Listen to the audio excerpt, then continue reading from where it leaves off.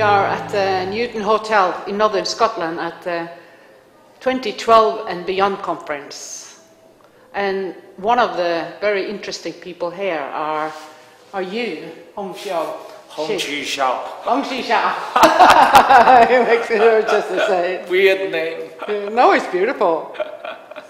So you just come from Taiwan, where your book is on the top of the bestseller list, and it's about how to heal yourself. Yep. Free and easily. Yep. And your claim is that people can do that, everybody. Yep. Can you say something about it? What's the most important message that you have? Actually, just now upstairs, I was rewriting the book because it's going to be republished in mainland China. When people are talking about healing, they always wait to be healed by someone. But that is not the real classical tradition from the Chinese medicine. The oldest classical book about medicine is actually not about medicine.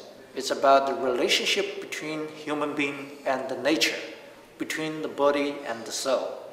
So when you talk about medicine, you're actually talking about the Tao. You know, Tao. Yeah, Tao, the Tao. So in a way, you have to adjust yourself to match the big nature as a humankind. So this is something to be managed by yourself, not waited to be healed by somebody else. So ideally, everyone should be one's own doctor. But that kind of tradition has long lost because for many, many reasons, especially nowadays. It's all industrialized. Even, you know, the medicine, you can call it health industry. Yeah, yeah. So because I'm not a doctor by profession, I studied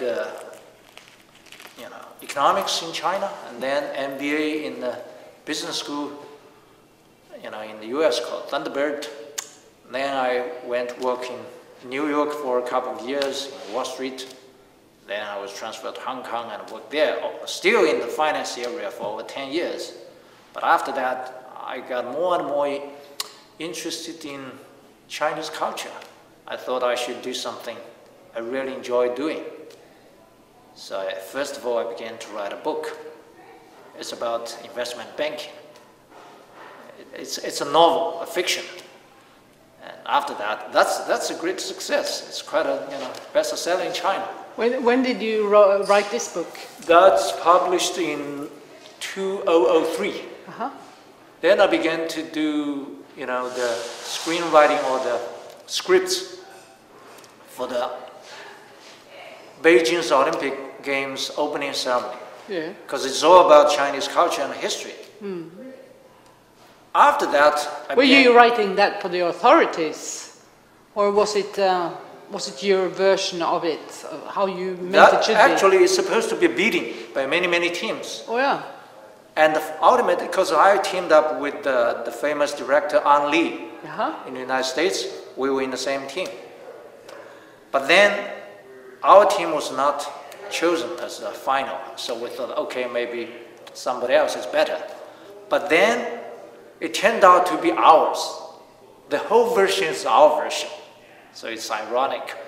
Maybe the authorities have already decided who is the director, who directs this. But then they need to, Well, that sounds a bit shady, doesn't it?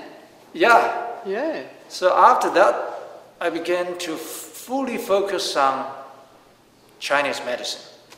Because during that... without any history of relations in that field? Oh, there are big relations. I grew up in a doctor's family, but two. My mother is a Western medicine doctor, but my uncle, who is my mother's brother, traditional Chinese doctor. Yeah. I can see the huge difference between the two. When my mother opened that kind of Western medical doctor, it's like I always laughed, it's like a carpenter's box. because you have all kinds of knives, chops, blah blah. Well, butcher style. Yeah, butcher style. Yeah, but for Chinese medical doctor, you need nothing. Just you have the needles. Yeah, that's all. Yeah. So when I wrote that novel, I already wrote quite some pieces about the Chinese medicine, Chinese Confucianism, Taoism, and Buddhism. Yeah. While during that screenwriting for the Olympic game opening ceremony, I got more focused on the Chinese history and the Taoism. And during that period of time, I received an email from one of my readers, and he said, I want to have a talk with you because I'm really fascinated by your book.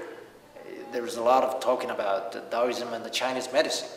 I said, yeah, bingo, let's see. When I opened the door, I found out this is a Buddhist monk. So it's really strange. So when he looked at me, he said, when I read a book, I felt that in your previous life, you must have been a Taoist. Now when I have a look at your face, I'm fully convinced. Your previous life must be a Taoist.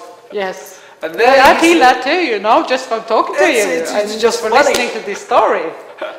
Then he said, you should leave your beard. Because I never, had to look like this before. No. I said, why? He said, Tao. As a Taoist, Yes. you should have a Taoist look. Yeah. I said, okay, I may have a try because I don't want to have a shaving every day anyway. I'm a lazy person. So from then on, I began to have my, Yeah.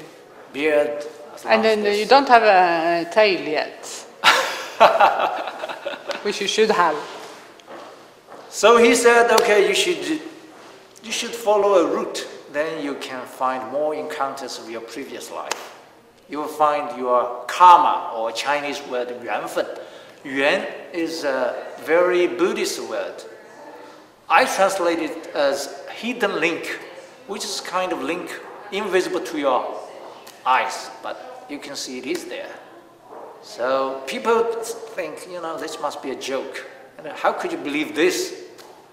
Then I was just curious. I said, okay, where should I go? You were not involved in spiritual groups or this Tao practicing? No, not at all. So you were a businessman at heart still back then? Or, yeah. Or interested in more, outward social things? Yeah, but more culturally, of course. I was curious about the Chinese culture and the Taoism and the Chinese medicine. Yeah, but more from an outside. Yeah. Never really got involved with healing. No. He said if you follow the route of your previous life, then you can find something really interesting. And what did you find? I asked, where did I stay in my previous life? Yeah. And he gave me a list. One of them is the Wudang Mountain. That's a very famous Taoist mountain. Then the West Hunan province, West Hubei province. Then another mountain in the south called the Nairn, very famous Taoist and Buddhist mountain. Then all the way up to Beijing. There is a very famous Taoist temple called Baiyunguan, or White Cloud Temple. I've heard about this temple. Yeah, and he said that's the route. Yes, and that's also a very old tradition. Yeah, and my friends would normally laugh at me. Do you really believe in this kind of bullshit? And I not only believe in it, I just put on my bag, boom, I just exactly followed the route. And to my great surprise, I did find something really, really interesting. All kinds of healers. They don't use medicine. No, not even herbal stuff. One of the most fascinating things is to acupressure. They just use the fingers. That guy treated all the people who have been paralyzed. Got a strike, like half body paralyzed. Yes.